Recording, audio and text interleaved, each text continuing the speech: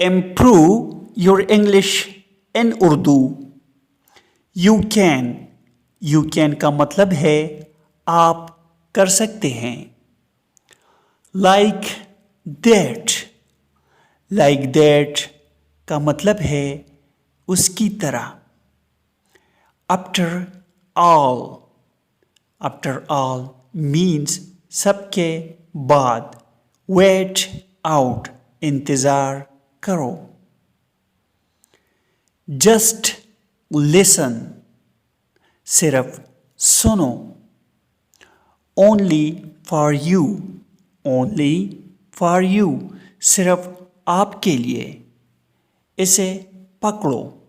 Catch this, उसे पकड़ो. Catch this. Sleep